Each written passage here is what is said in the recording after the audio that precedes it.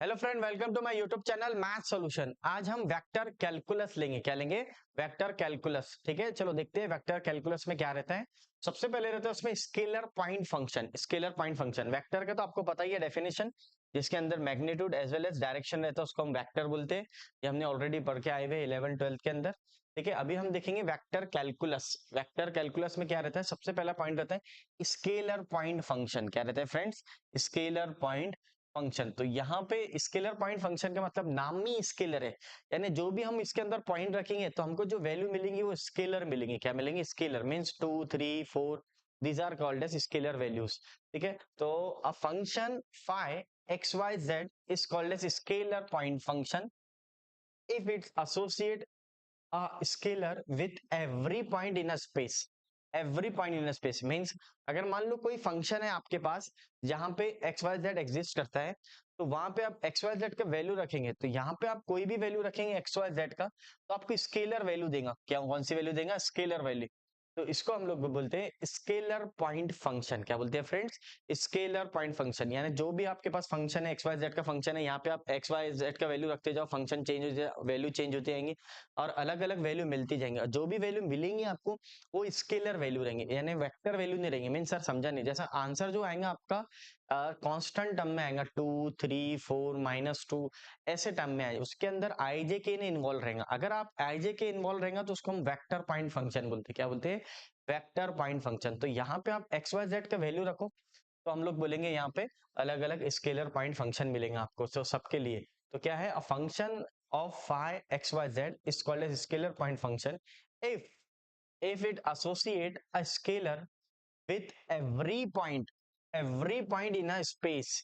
ठीक है, every point in a space यानी फंक्शन के अंदर आप वैल्यू रखो, स्केलर मिलते जाएंगे। ठीक है ना, उसी का भाई है दूसरा वेक्टर पॉइंट फंक्शन। कौन सा है? Vector point function. तो ये वेक्टर के अंदर a function f of x y z is called as vector point function if it associate with a vector with every point in a regions. ठीक है ना, मीन्स आपको डायरेक्टली समझता, अगर आप एक्स वाई जेड का वैल्यू रखेंगे आपको वेक्टर मिलेगा। क्या मिलेगा? वेक्टर पॉइंट्स मिलेंगे यहाँ पे। अब आप एक्स वाई जेड का वैल्यू रखते जाओ, चेंज करते जाओ, वेक्टर चेंज होते जाएगा, तो यहाँ पे आपको वेक्टर पॉइंट फंक्शन मिलेगा। क्या मिलेगा फ्रेंड्स? Vector point function. ठीक है, ये स्केलर पॉइंट फंक्शन है और ये है वेक्टर पॉइंट फंक्शन। चलो आगे देखते हैं बेसिक कुछ क्या है वेक्टर के नोटेशन जो आपके काम में आते हैं। ठीक है, तो सबसे पहले देखेंगे अपन, हाँ, unit vector, a vector whose magnitude is unity, a vector whose magnitude is unity, जिसका मैग्नीट्यूड 1 आता है उसको हम बोलते हैं unit vector. Means examples, it is denoted by n cap, it denoted by n cap. ठीक है ना, तो एन कैप बोले तो यहाँ पे इसको इस तरह भी लिख सकते हैं, एन बार भी लिख सकते हैं, लेकिन यूनिट वेक्टर को हमेशा आप एन कैप से डिनोट करना। ठीक है, जैसा मैं समझा नहीं सर, क्या बोल रहे हैं आप? A vector whose magnitude is unity, that is 1, ठीक है, is called as unit vector. That is 1 means, जैसे मान लो एक वेक्टर है आपके पास एन बार करके, 2i 3j plus 2k what ever. ठीक है, अब इसका हम लोग को मैग्नीट्यूड लेना है। क्या लेना है? मैग्नीट्यूड। तो आप मैग्नीट्यूड कैसे निकालते हैं हम लोग देखना। सबसे पहले एन बार लिखेंगे इस तरह। ये बहुत इंपॉर्टेंट पॉइंट्स है जो बच्चों को 11 12 में नहीं पढ़े जिन लोगों ने, उनके लिए। तो इसका मैग्नीट्यूड बोले तो कोइफिशिएंट ऑफ आई जे के, कोइफिशिएंट ऑफ आई जे के। तो आई का कोइफिशिएंट क्या है? 2, 2 का स्क्वायर लेना तो 4 होगा। फिर जे का कोइफिशिएंट क्या है? 3, 3 का स्क्वायर 9 होगा। फिर के का कोइफिशिएंट क्या है? 2, 2 का स्क्वायर 4। आई जे के कोइफिशिएंट का स्क्वायर लेना, आई जे के कोइफिशिएंट का क्या लेना है? स्क्वायर लेना। तो यहाँ पे अपन इसको ऐड कर लेंगे, तो ये 8 और 7 13 17 आ जाएगा, 17।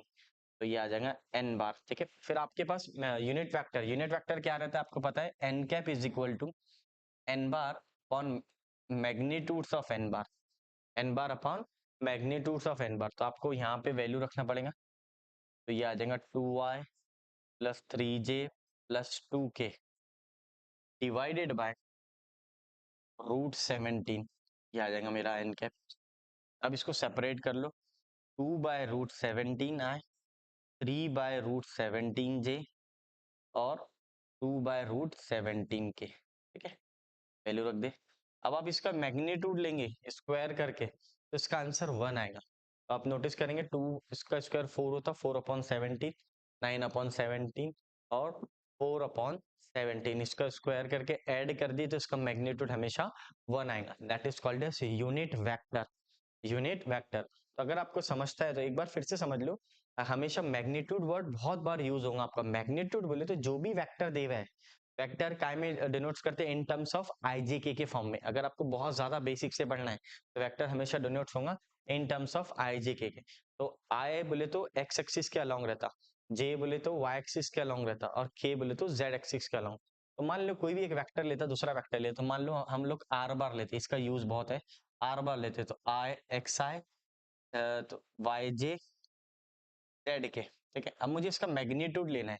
क्या लेना है फ्रेंड्स? मैग्नीट्यूड। मैंने आपको क्या बताया, मैग्नीट्यूड लेने के लिए क्या करेंगे, ये वर्ड बहुत ज्यादा यूज है आपके लिए, इसलिए मैं इसको अलग से ले रहा हूँ। इसको अगर हम लोग क्या करेंगे, मॉड ऑफ आर लेंगे, और कोइफिशिएंट का, आईजेके के कोइफिशिएंट का स्क्वायर लेना। क्या करेंगे हम, एक्स का स्क्वायर प्लस वाई का स्क्वायर प्लस जेड का स्क्वायर, इस तरह आप इसका मैग्नीट्यूड लेंगे।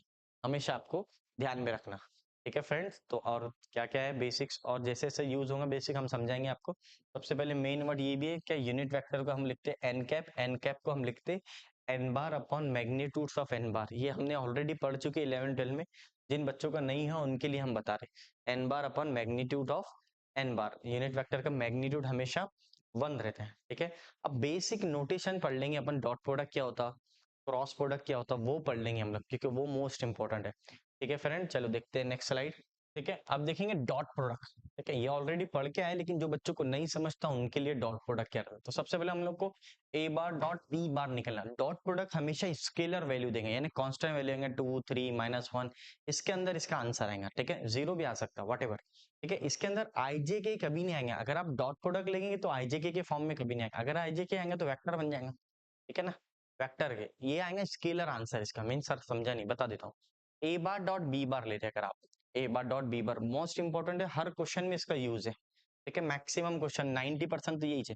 तो आई के कोइफिशिएंट और आई के कोइफिशिएंट मल्टीप्लाई होंगे, x1 x2, और यहाँ पे y का, j का कोइफिशिएंट और j का कोइफिशिएंट y1 y2, और ये आ जाएगा मेरा z1 z। इस तरह हम लोग इसको ए बार डॉट बी बार निकालेंगे। क्या निकालेंगे? A bar dot B bar, that is called as dot product. अब इसकी कुछ प्रॉपर्टी रहती है, क्या रहती है प्रॉपर्टी? तो प्रॉपर्टी क्या रहती है इसके, इसमें प्रॉपर्टी रहती है आई डॉट आई हमेशा 1 रहता, जे डॉट जे 1 रहता, के डॉट के क्या रहता है 1। ठीक है, इसमें 1 आता है क्योंकि cos 0 क्या होता है 1, इसमें एंगल 0 रहता है। ठीक है, अगर और आप आगे पढ़ेंगे तो समझेगा। ये बेसिक्स बता रहा हूँ, हाँ। ये 11 12 में पढ़कर आए हुए आप लोग, आई डॉट आई 1 होता, जे डॉट जे 1 होता, के डॉट के क्या होता 1 होता है। ठीक है, आई बार, ये बार देना तो भूलना मत बिल्कुल, हाँ। ठीक है फ्रेंड, अगर आई डॉट जे आ गया सर तो 0 आ जाएगा, जे डॉट के आ गया तो तब भी 0 आ जाएगा, और आई डॉट के आ गया तो ये भी 0 आ जाएंगे। ठीक है ना, क्योंकि यहाँ पे cos 90 हो जाता, cos 90 0 हो जाता। मेन सर समझा नहीं, मान लो ए बार एक वेक्टर है ऐसा, आई बार है दूसरा, ये इस तरह, तो इन दोनों के अंदर कितने का एंगल्स रहता है 90 डिग्री का, और cos 90 क्या आता है 0 आता है, तो इसलिए ये 0 हो जाता है। और यहाँ पे क्या होता है 0 का एंगल बनाता है, यानी आई बार का ही आई बार के साथ एंगल बन रहा, तो 0 हो रहा ना, तो 0 एंगल, तो cos 0 क्या होता है 1 होता है, तो इसलिए ये 1 हो जाता है, इसलिए क्या होता है 1 हो जाता है। ये ऑलरेडी आपने 11 12 में पढ़ के आया, लेकिन आपको सिर्फ इतना ध्यान रखना है, आई डॉट आई 1 होगा, जे डॉट जे 1 होगा, के डॉट के 1 होगा, वट एवर। डॉट प्रोडक्ट में सेम अगर वेक्टर है तो 1 होगा, डॉट प्रोडक्ट में अगर चेंज रहा है वेक्टर में आई और जे रहा तब 0 होगा, क्या होगा 0 होगा। तो ये ध्यान में रखना है आपको, ये बेसिक्स इन्फॉर्मेशन है आपकी डॉट प्रोडक्ट के रिगार्डिंग्स। ठीक है, और हम लोग इसमें क्या बोल सकते हैं, ठीक है, और क्या बेसिक्स बोल सकते हैं हम लोग, एग्जाम्पल से समझ लेते हैं एक और।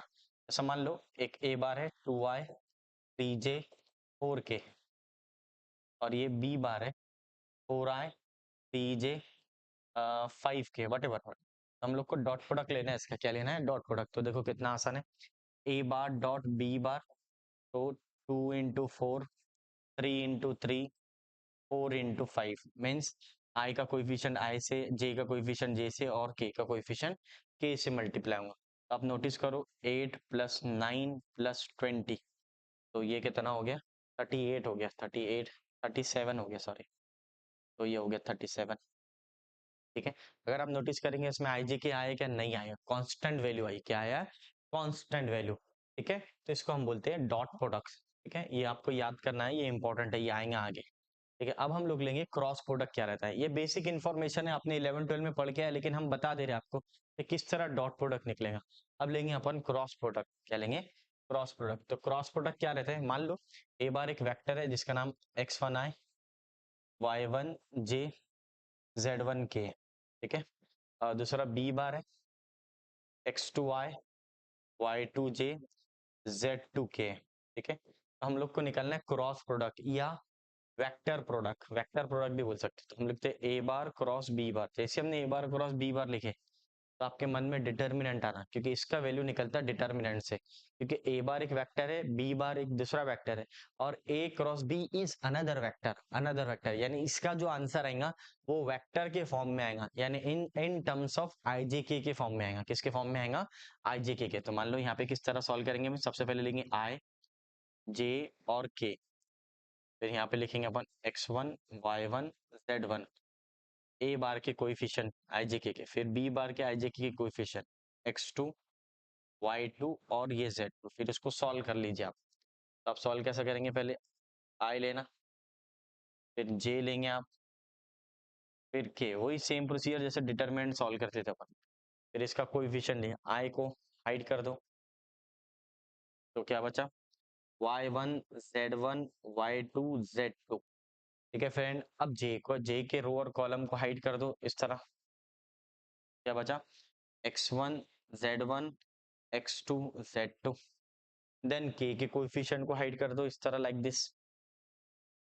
तो ये क्या बना आपका? x1 y1 x2 y2। इस तरह सॉल्व करने का डिटरमिनेंट जिस तरह सॉल्व कर सकते हैं अपन उस तरह। पहले आई के रो और कॉलम को ड्रॉप कर देना, फिर जे के रो और कॉलम को ड्रॉप कर देना, देन के रो और कॉलम को ड्रॉप करना। साइन क्या लेंगे? पहले पॉजिटिव लेना, फिर नेगेटिव, देन पॉजिटिव। इसको इस तरह सॉल्व करेंगे ए बार क्रॉस बी बार। अब इसका कुछ बेसिक समझ लो, इसके प्रॉपर्टीज क्या रहती है वेक्टर प्रोडक्ट की या क्रॉस प्रोडक्ट की। इसमें अगर ए बार क्रॉस ए बार आया तो आंसर 0 आ जाता, B bar cross B bar आए तब भी 0 आ जाता, C bar cross C bar is equal to 0। Means whatever, इस तरह like this. I bar cross I bar 0 आएगा, जे बार क्रॉस जे बार 0 आ जाएगा। आपने आई जे नाम बदल दिया। ठीक है, यहाँ पे ए बी सी लिया, यहाँ पे क्या लिया? आई जे के लिया। और के क्रॉस के भी क्या आ जाएगा? 0 आ जाएगा, यानी सेम वेक्टर रहेगा क्रॉस प्रोडक्ट में तो 0 आ जाएगा। तो ये याद होना आपको, इसका बहुत ज्यादा यूज है। फिर एक साइक्लिक प्रोसीजर से समझ लो इस तरह, ये बहुत इंपॉर्टेंट है। ये आई है, इधर जा रहा है, और ये जे भी इधर जा रहा है, और ये के जा रहा है इस तरह। तो अब नोटिस करने लायक क्या है समझ लेना। इसको बोलते हैं साइक्लिक फॉर्म और अनसाइक्लिक फॉर्म। तो ये आना चाहिए, थोड़ा बेसिक समझ लो। तो ये कैसा आता? अगर आई और जे क्रॉस ले रहे अपन, आई को जे से क्रॉस प्रोडक्ट ले रहे तो आंसर आएगा के बार। जे को जे सॉरी सॉरी हाँ, जे क्रॉस के लेंगे तो आंसर आएगा आई, सेम डायरेक्शन में रहेगा तो, ठीक है ना? आई। और के क्रॉस आई लेंगे तो आंसर आएगा जे बार, ठीक है ना? इसको बोलते हैं साइक्लिक। ठीक है, साइक्लिक प्रोडक्ट। साइक्लिक प्रोडक्ट यानी सेम डायरेक्शन रहेगा तो पॉजिटिव। मान लो कोई बच्चा बोलेगा सर ऐसा जाता हूँ, जे से लेके आई तक जाता हूँ, तो यहाँ माइनस के आएगा, क्या आएगा? उल्टा, अनसाइक्लिक प्रोसीजर। तो यहाँ पे माइनस के, ए से लेके अगर जे तक गए तो माइनस आई आ जाएगा। क्या आ जाएगा फ्रेंड्स? माइनस आई, इस तरह याद रखना। और के से लेके आए गए तो वापिस जे, के से लेके आए साइक्लिक में आएगा तो ये जे आ जाएगा इस तरह, कोई दिक्कत नहीं। ठीक है ना? आई क्रॉस जे के आ जाएगा, जे क्रॉस के आई आ जाएगा, इस तरह साइक्लिक रहेगा। सेम डायरेक्शन में रहे तो पॉजिटिव, अपोजिट डायरेक्शन में रहे तो 0। ठीक है, सॉरी नेगेटिव, अपोजिट डायरेक्शन में रहे तो नेगेटिव। ये आपका आ गया क्रॉस प्रोडक्ट। क्रॉस के लिए डिटरमिनेंट लगता, डॉट के लिए डिटरमिनेंट नहीं लगता। तो और एक बेसिक समझ लेते इसको, सबसे ज्यादा इंपॉर्टेंट है जो बार बार यूज आता है। तो मान ले कि आर बार एनी वेक्टर है स्पेस के अंदर, ये बहुत बार यूज है इस तरह। ठीक है, हम लोग इसका मैग्नीट्यूड लेंगे। क्या लेंगे फ्रेंड्स? मैग्नीट्यूड। मैग्नीट्यूड किस तरह लेते समझ लो। तो ये आपका मैग्नीट्यूड आएगा x square plus y square plus z square, यानी आई जी के का स्क्वायर। अब हम लोग इसका स्क्वायर कर लेते, क्या कर लेते? स्क्वायर। जैसे हम इसका स्क्वायर कर लेंगे तो ये आर स्क्वायर आ जाएगा, क्या आ जाएगा आर स्क्वायर, और ये बन जाएगा x square plus y square plus z square. ये भी एक बेसिक्स है जो बार बार यूज में आता है। ठीक है फ्रेंड्स, अब हम लोग देखेंगे आगे। ठीक है, डेरिवेटिव ऑफ वेक्टर। ठीक है, तो अगर मान लो दो वेक्टर एडिशन फॉर्म में दिए हुए उसका डेरिवेटिव लेना है आपको, तो सबसे पहले आप एफ बार का डेरिवेटिव लेंगे, फिर प्लस जी बार का डेरिवेटिव। उसी के अंदर अगर सब्ट्रैक्शन है तो सब्ट्रैक्शन के भी आप अलग अलग एफ बार का भी ले लेंगे और जी बार का डेरिवेटिव लेंगे। ठीक है, फिर आपके पास डेरिवेटिव ऑफ दो फंक्शन दे हुए, एक वेक्टर वाला दे हुआ है, एक फंक्शन दे एफ फाई फाई दे हुआ है, तो आप उसको क्या करेंगे, आप ले लेंगे derivative of F bar dot phi plus derivative of phi dot f bar. तो एफ बार होना यहाँ पे आएगा फ्रेंड्स एफ बार। ठीक है, अब यहाँ पे थर्ड वाला क्या आएगा, derivative of F bar dot G bar. तो आप लोग किस तरह लेंगे डॉट प्रोडक्ट का डेरिवेटिव, तो यहाँ पे लेंगे आप F bar dot derivative of G bar. क्या लिखेंगे आप, ये इंपॉर्टेंट है, ये आएगा अभी आगे यूज है इसका, F bar dot derivative of G bar plus derivative of F bar dot G bar. तो ये इस तरह लेंगे हम लोग।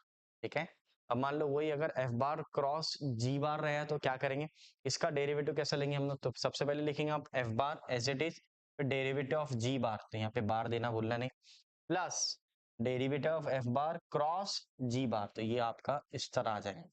ठीक है, ये प्रॉपर्टी है, ये आपको आना चाहिए, ये बेसिक प्रॉपर्टी आपको इस तरह आपके ध्यान में रखना चाहिए। ठीक है, अब हम लोग प्रॉब्लम लेंगे, चलो देखते हैं नेक्स्ट। ठीक है, are bar is equal to a cos omega T plus b sine omega t. तो ये हो गया आपका क्वेश्चंस।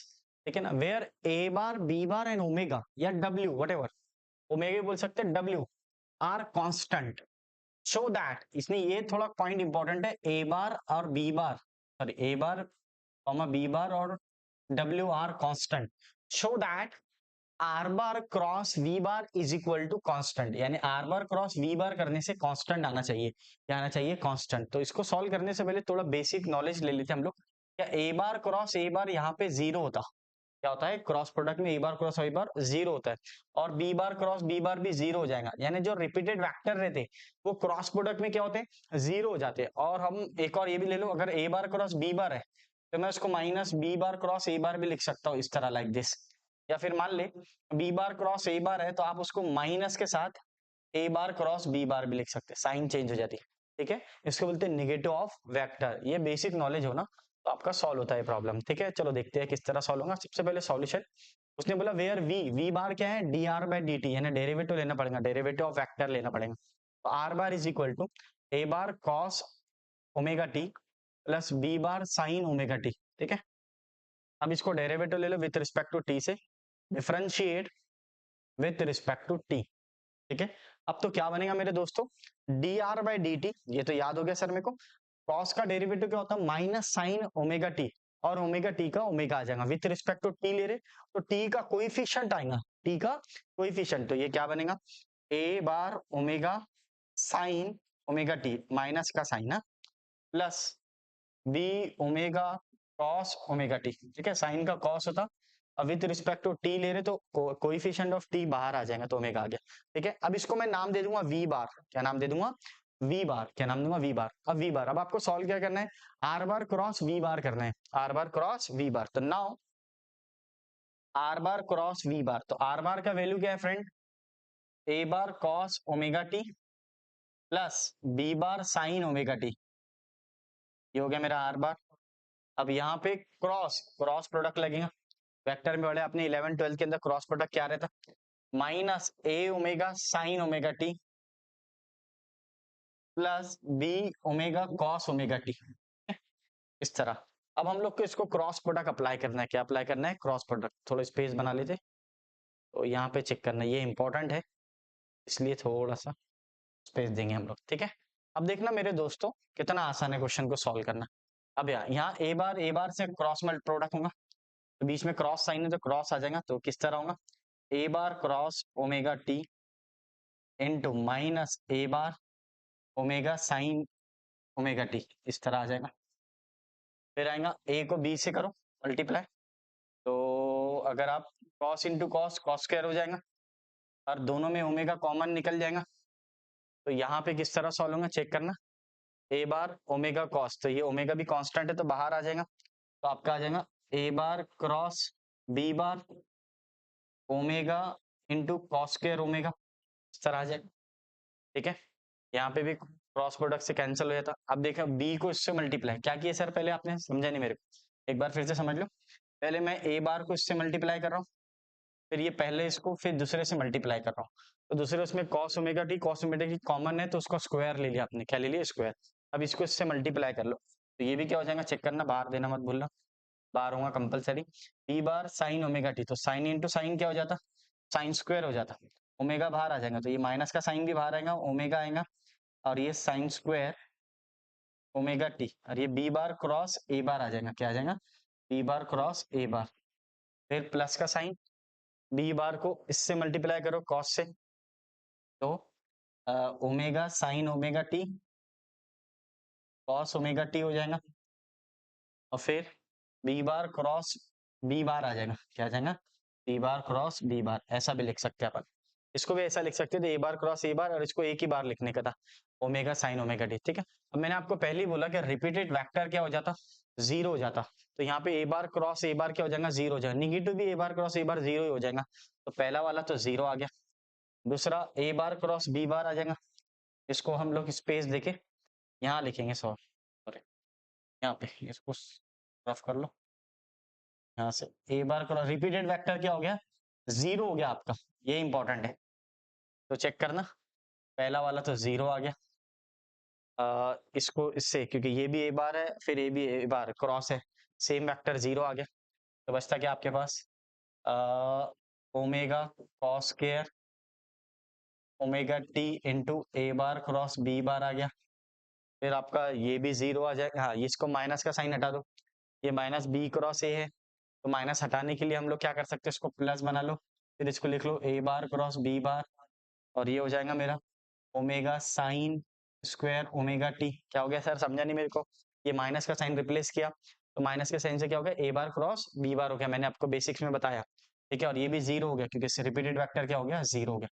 अब इसमें से कॉमन क्या निकलेगा, देखो क्या नोटिस करे आपने, मेरे को दिख रहा है सर, क्या दिख रहा है, एक ए बार क्रॉस बी बार दिख रहा कॉमन, और एक ओमेगा दिख रहा, बचता क्या, cos square omega T plus sine square omega T, अब cos square omega T plus sine square omega T क्या हो जाता है, वन हो जाता है, तो क्या हो जाएगा मेरे दोस्तों, A bar cross B bar into omega one आ जाएगा। ठीक है, तो अब आपका क्वेश्चन क्या था, चेक कर लो एक बार, where A bar B bar and W या omega are constant, A bar cross B bar into omega are constant, ये प्रूफ हो गया, A bar cross B bar into omega, ठीक है ना, these are the constant vector, ये vector तो है बट कांस्टेंट वेक्टर है, कौन सा वेक्टर है, कांस्टेंट वेक्टर, यानी जब आप इसका डेरिवेटिव लेंगे तो जीरो आ जाएगा, डेरिवेटिव लेंगे तो क्या आ जाएगा, जीरो आ जाएगा, नॉर्मल वेक्टर है उसके अंदर फंक्शन नहीं है टी का, इसलिए उसको बोलते हैं हम कांस्टेंट वेक्टर, क्या बोलते हैं फ्रेंड, कांस्टेंट वेक्टर।